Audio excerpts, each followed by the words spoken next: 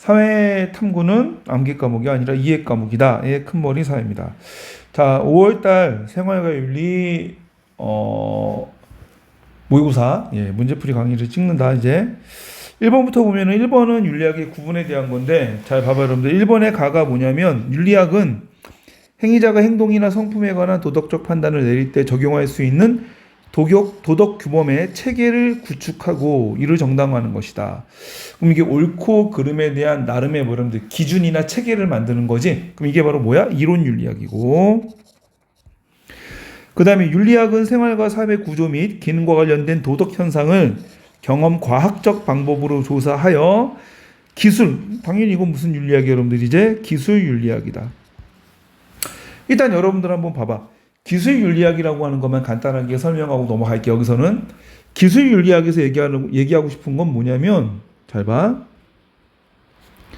윤리하고 윤리학하고는 같은 거니 다른 거니? 당연히 다른 거 아닌가? 그럼 윤리는 뭐예요, 여러분들? 윤리는 우리한테 이거는 해도 되는 행동, 이거는 해서는 안 되는 행동, 즉 어떤 행위에 있어서 옳고 그름의 범주, 즉 규범을 제시하는 거야.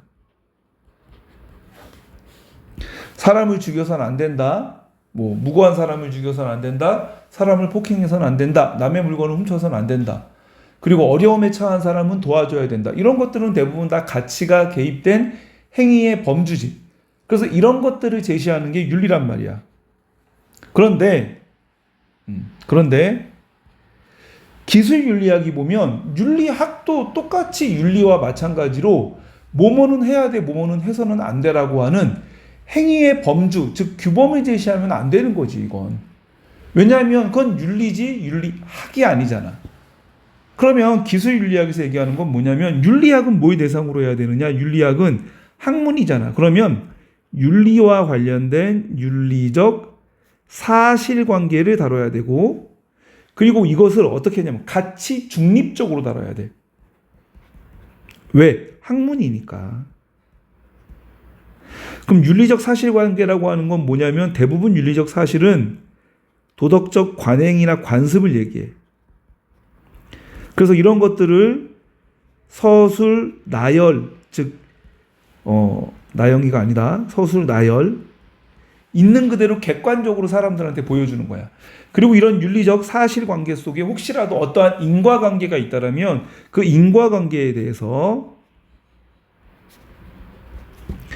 과학적으로 검증하는 거야. 그래서 이 부분에 대한 거는 뭐냐면 사회문화 배운 사람은 알 텐데 윤리적 사실을 양적 연구하는 거다라고 생각하면 돼요, 여러분들. 이해돼?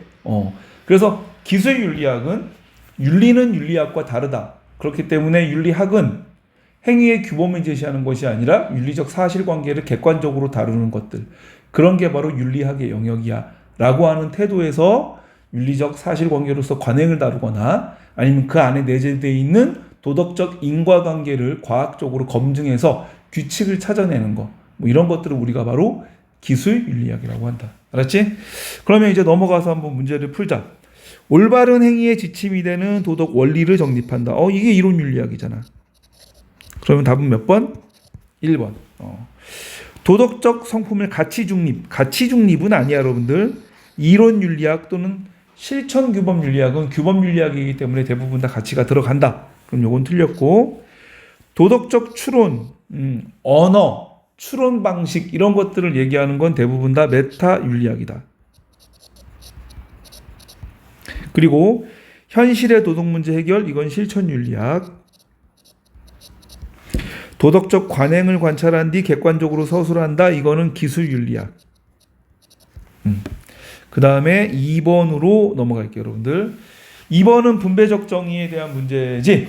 지금 노직하고 룰스가 나오는데 일단 갑을 보면 소유물에서의 정의는 역사적이다. 이건 노직이고, 여러분들. 원초적 입장에서 합리적인 사람들에 의해 정의의 원칙이 선택된다. 이건 누구야, 여러분들? 놀스. 노직하고 놀스를 다 설명하면 좋지만 그럼 너무 길어지니까 노직의 역사적 정의관. 그 다음에 노직의 비정형적 원리 요 두 가지만 먼저 설명을 하고 여기서 넘어갈게. 일단 노직의 역사적 정의관이라고 하는 건 뭐냐면 자꾸 잘못 건드는 이거를 역사적 정의관.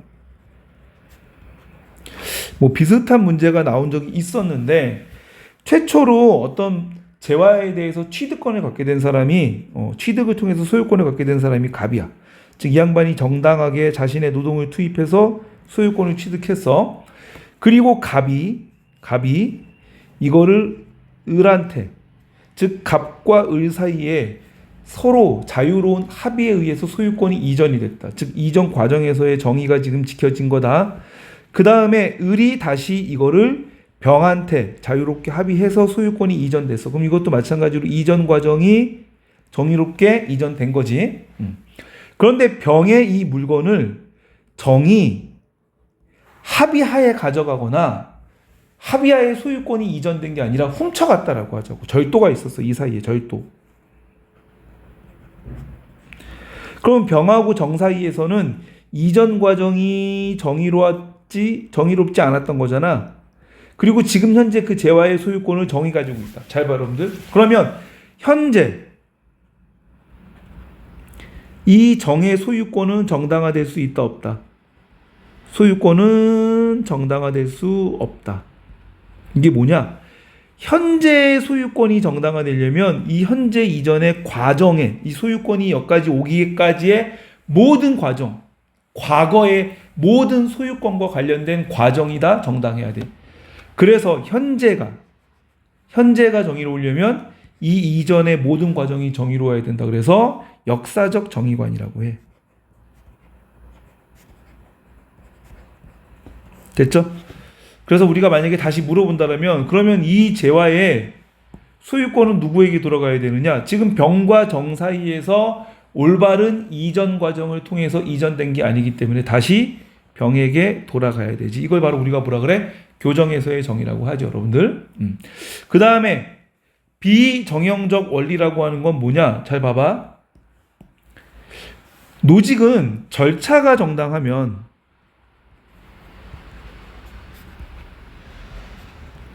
분배 결과는 어떤 형태이든지 다 정당화될 수 있다. 정의롭다라고 얘기한단 말이야. 예를 들어서 지금 현재 두 사람이 있어. 두 사람. 근데 취득이나 이전 과정이 정의로웠다. 그리고 분배가 다 끝났거든. 그랬더니 갑이 100개를 가지고 을이 1개를 가져. 그러면 이 100대 1의 분배 결과는 정의로운 것이냐? 절차가 정의롭기 때문에 이거 정당화될 수 있다고 보는 거야. 만약에 갑과 을의 분배 결과가 100대 1이 아니라 이번엔 250대 1이라고 하자. 그럼 이 결과는 정당화될 수 있어? 정당화될 수 있지. 결과가 정당화되는 건 이 비율로 정당화되는 것이 아니라 이 이전의 절차적 과정을 통해서 정당화되기 때문에 이것도 정당화될 수 있어. 그러면 재분배할 필요가 있다, 없다? 재분배할 필요가 없다. 즉 비정형적 원리라고 하는 건 뭐냐면 분배 결과가 어떤 비율이든지 다 정당화될 수 있기 때문에 재분배를 하지 않아야 된다. 또는 재분배가 필요 없어. 그것을 바로 우리가 뭐라 그래? 비정형적 원리라고 하는 거야. 그러면 노직의 주장은 뭐냐면 절차적 정의라면 당연히 비정형적 원리에 입각해서 재분배를 주장하면 안 된다는 거지. 그럼 노직의 입장에서 봤을 때 누구의 이론이 좀 이상해 보였을까? 바로 롤스야, 롤스. 롤스는 절차적 정의이면서도 뭘 주장해? 재분배의 필요성을 얘기한다고.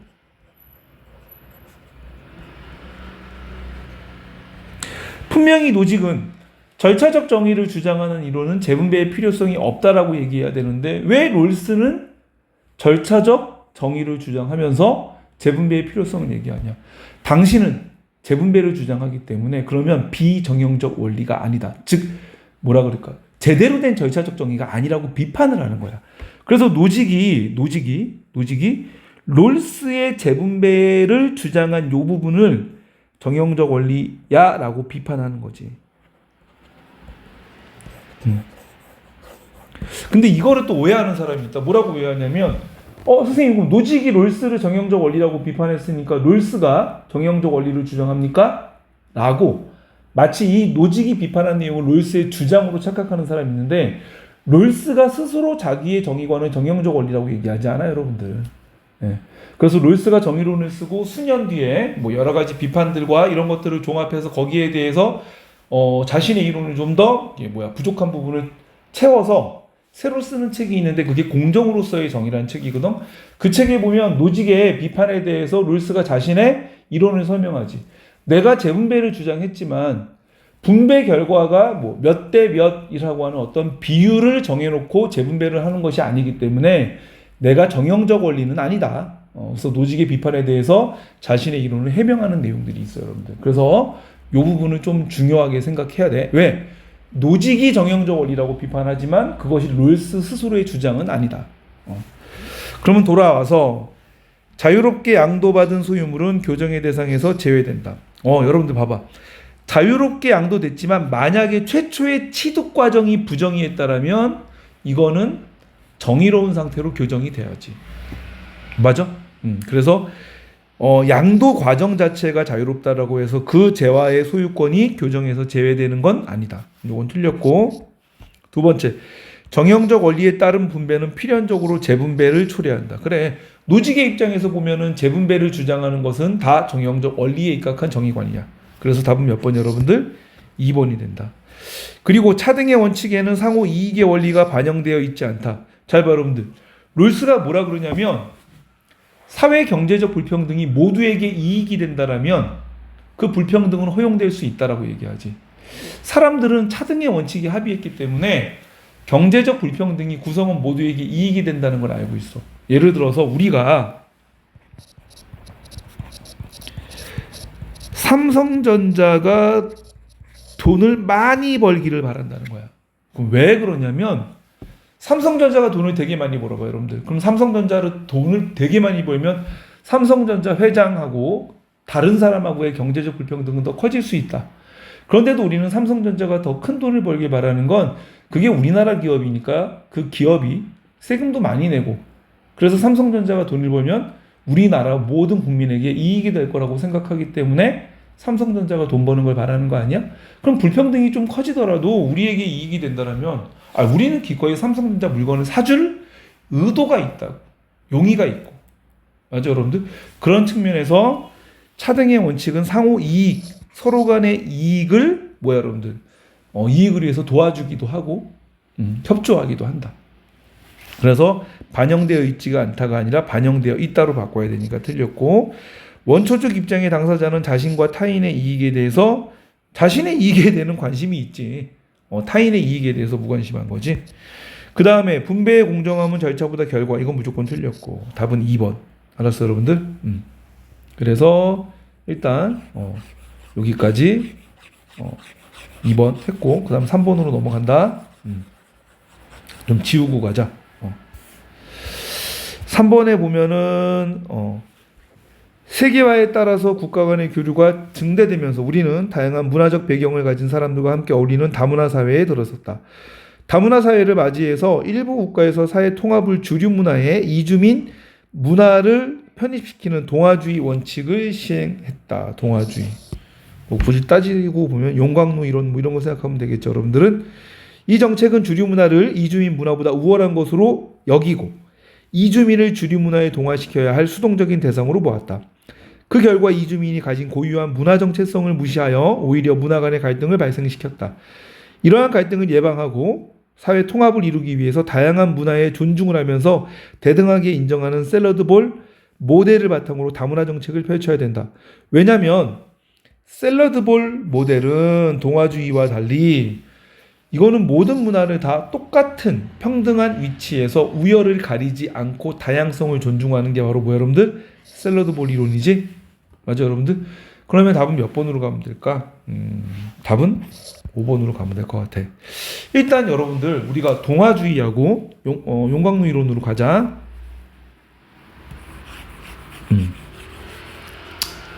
이걸 좀 가운데로 옮기자. 용광로 이론은 문화의 우열을 가려. 우열을 가리고 그 다음에 뭐냐면 주류 문화로의 통합을 강조해. 됐어요, 여러분들? 그 다음에 국수대접 이론. 국수대접 이론은 우열을 가려. 근데 얘네들은 주류 문화의 통합을 강조하는 게 아니라 그러면서 다양성을 인정을 해. 즉 수평적인 위치에서 모든 문화를 평등하게 보면서 다양성을 인정하는 게 아니라 우와 열을 나누고 다양성을 인정하는 거야. 샐러드 볼 이론. 샐러드 볼 이론은 우열을 가리지 않아. 그리고 다양성을 인정을 해.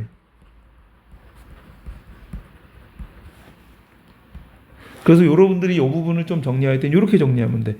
용광로하고 국수대접은 우열을 가린다. 됐어? 그리고 국수대접하고 샐러드볼은 다양성을 인정한다. 이런 식으로.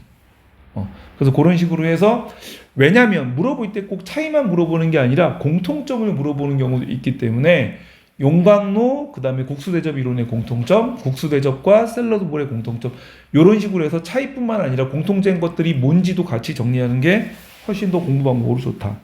그래서 내가 여러분들한테 자꾸 이게 이해 과목이라고 얘기하는 이유들은 이런 것들이야. 정확하게 이해할 때 우리가 차이점만 보는 게 아니라 공통점도 볼 수 있다는 거라고. 근데 자꾸 여러분들은 암기만 하려고 하다 보니까 차이점 문제 보는데 공통점 물어보면 많이 틀리더라고.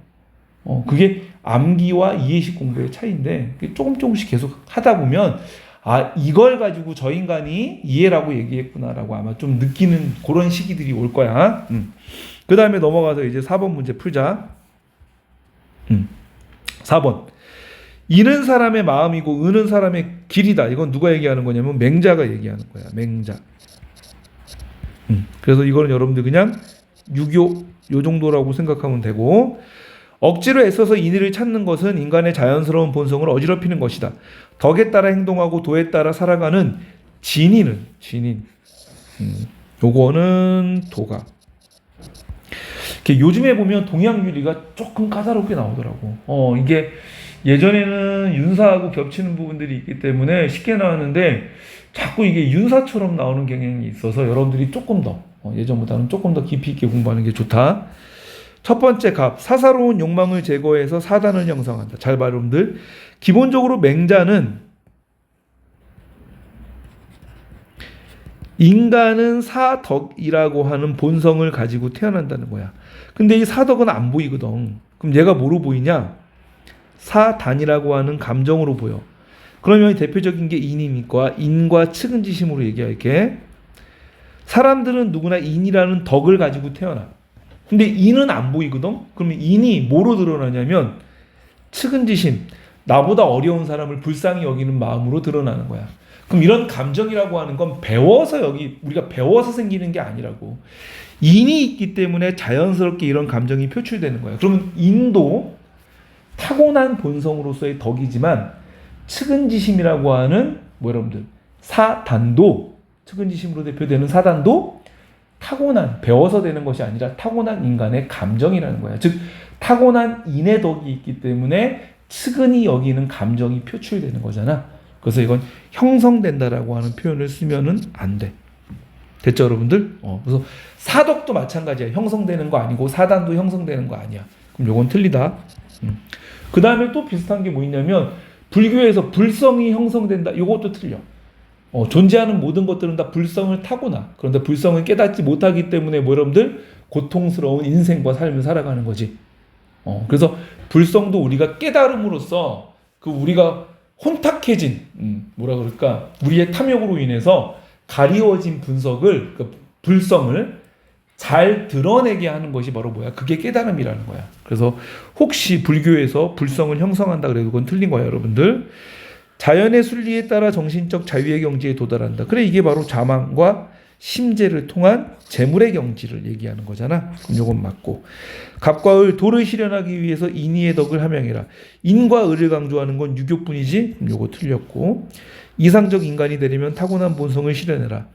타고난 본성은 유불도가 다 긍정적으로 본다. 그래서 유불도의 공통점은 뭐냐면 인간의 타고난 본성을 긍정적으로 본다는 거지. 다만 타고난 본성이 뭔지를 좀 다르게 봐. 유교는 뭘 타고난 본성이라고 그러냐면 인간의 도덕성을 타고난 본성이라고 얘기하고, 그 다음에 불교는 불성을 타고난 본성이라고 얘기하고, 그리고 도가는 뭐 여러분들이 이제 때묻지 않은 순수함, 인위적으로 뭔가를 꾸미지 않는 것, 이게 바로 타고난 본성. 그래서 노자는 가장 이상적인 인간을 누구라 그래? 어린아이라 그래. 인위적인 형태의 지혜로움이 있지 않고 그냥 말 그대로 순수하잖아. 그 다음에 5번으로 넘어갈게. 거의 정의로운 사회에서는 시민 불복종의 정당화 여부는 법과 제도가 부정의한 정도. 이게 여러분들이 이제 롤스가 얘기하는 시민 불복종이지. 롤스의 시민 불복종을 잘 외울 때 여러분들 이것도 공부할 때 조금 잘 정리하면 좋은데, 롤스가 얘기하는 게 봐봐 여러분들, 시민 불복종이 어디에서 생기니? 거의 정의로운 사회.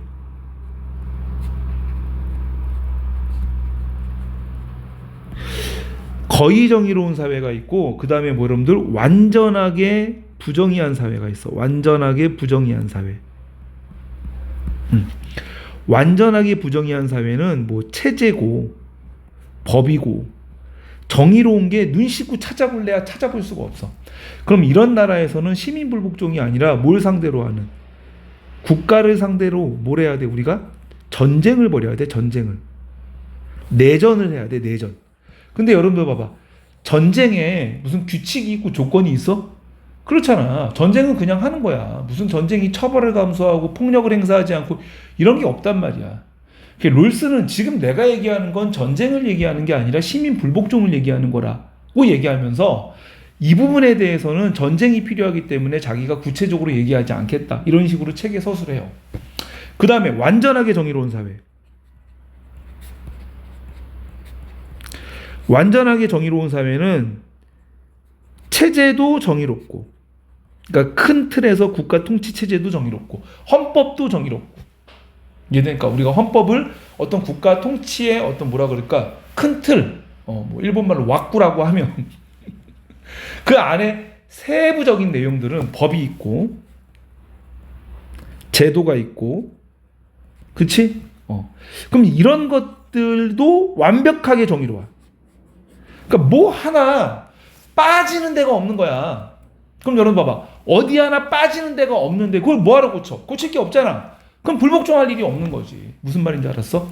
그런데 거의 정의로운 사회라는 건 큰 틀에서 보면 체제는 정의로워.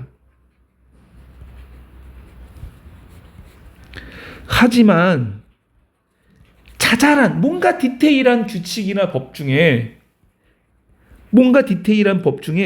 일부 부정의한 것이 있다는 거야. 그럼 잘 봐. 이 부정의를 내버려 두면 어떻게 되냐? 얘가 체제의 정의를 오히려 위협해. 그럼 이건 어떻게 해야 돼? 우리가 뜯어 고쳐야지. 그럼 이걸 뜯어 고치는 건 무슨 행동이야? 그게 정의로운 행동이야. 그런데 법은 어기는 거야. 왜? 법이 부정의하기 때문에 뜯어 고치는 거니까 정의로운 행동이긴 하지만 그걸 고치기 위해서 법을 어겨야 되니까, 그래서 우리가 뭐라 그래? 위법한 행동이야. 그래서 처벌을 감수하자라고 하는 거지. 그럼 여러분들은 이거를 외운단 말이야. 뭐라고 외워? 롤스의 시민 불복종은 체제는 거의 정의로운 사회 또는 체제의 변혁을 요구하는 건 아니다. 무슨 말인지 알았어? 이걸 외운다고. 외워. 거의 정의로운 사회 안에 그 의미가 다 포함이 돼 있는데 그걸 뭐 정의로운 사회 따로, 거의 정의로운 사회 따로 외우고 체제를 변혁하진 않아. 부정의한 법만 바꾸는 거야. 정의로운 행동이야. 그런데 위법한 행동, 이걸 왜 일일이 외우고 앉아있냐고.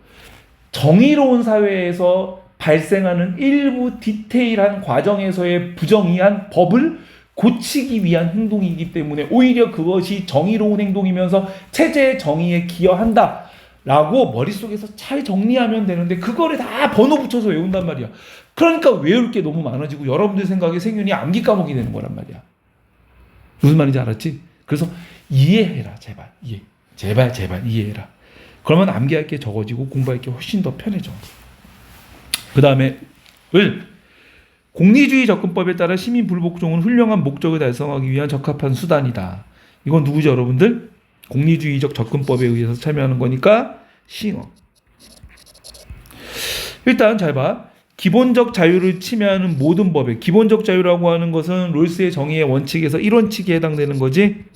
그래서 롤스는 정의의 원칙에서 1원칙 그리고 2원칙 중 기획 균등의 원칙에 위배될 경우에 시민 불복종 가능하다고 얘기한다. 모든 법이 아니야. 왜? 경미하게 기본권을 침해하는 법에 대해선 그냥 경미하니까 넘어가자. 이 정도는. 합법적인 방법으로도 충분히 개선이 가능할 거야. 그럼 뭐야? 심각하고 현저한 부정이.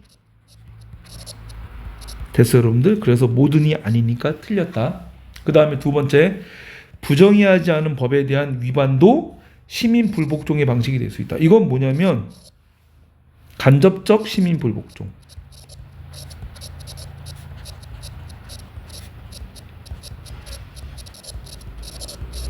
이게 시민 불복종이라고 해도 그 부정의한 법 자체를 위반하는 게 사회적으로 큰 의미가 없을 때가 있어. 예를 들어서 봐봐.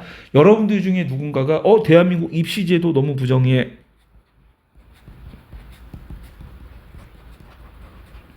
그래서 여러분들이 입시제도가 부정의하다 그래서 대학교 시험을 안 봐. 그리고 내신 공부도 안 해. 그럼 이거 여러분들 누가 이거 부정의한 법에 대해서 불복종한다고 생각하겠어? 그냥 저 자식 공부하기 싫으니까 저지랄한다 그러겠지? 그러니까 이런 것들에 대한 불복종의 의사표시로 아무리 여러분들이 공부를 안 하고 수능 원서를 쓰지 않는다고 해서 사람들이 알아주는 게 아니란 말이야. 그러면 이 입시제도의 부정의에 대한 불복종의 의사표시로 뭘 해야 돼? 시위를 하거나 집회를 하거나. 됐어요, 여러분들? 그러면 시위나 집회 아니면 차라리 그냥 공공기관 벽에다가 락카로 크게 낙서를 해라. 대한민국 입시제도 족가라 그래 그러면서 그러면 그것은 뭐냐면 입시제도의 부정의함을 다른 방식으로 다른 법을 위반하는 방식으로 불복종을 표시하는 거라고. 이걸 간접적 불복종이라고 하는 거야. 됐죠? 그럼 요거는 허용되겠지? 동물의 이익 관심을 옹호하는 시민 불복종은 정당화될 수 있다. 이거 싱어잖아요, 여러분들. 싱어니까 맞아. 그래서 이게 여기서 나오는 거야. 싱어가 뭐라 그래? 다수의 사람들이 합의하는 정의관이라고 할지라도 그것이 부정의하다라면 불복종할 수 있다 그러거든. 그러니까 싱어하고 롤스에 다른 거는 롤스는 정의관 자체는 즉 사람들이 합의하는 정의관 자체에는 불복종이 안 돼. 반면에 싱어는 다수가 합의하는 정의관이라도 그것이 부정의하다라면 불복종 가능해.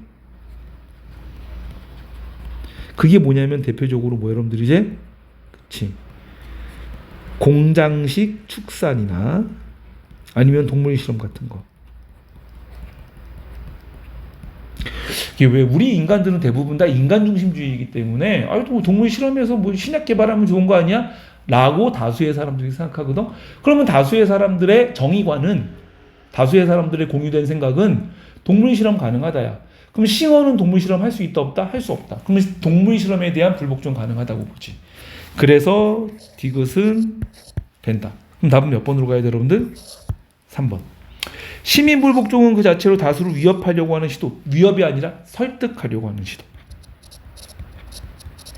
알았지? 일단 여기까지 해서 5번까지 풀이가 끝났다. 그 다음 풀이 또 이어서 바로 찍을게. 수고했다.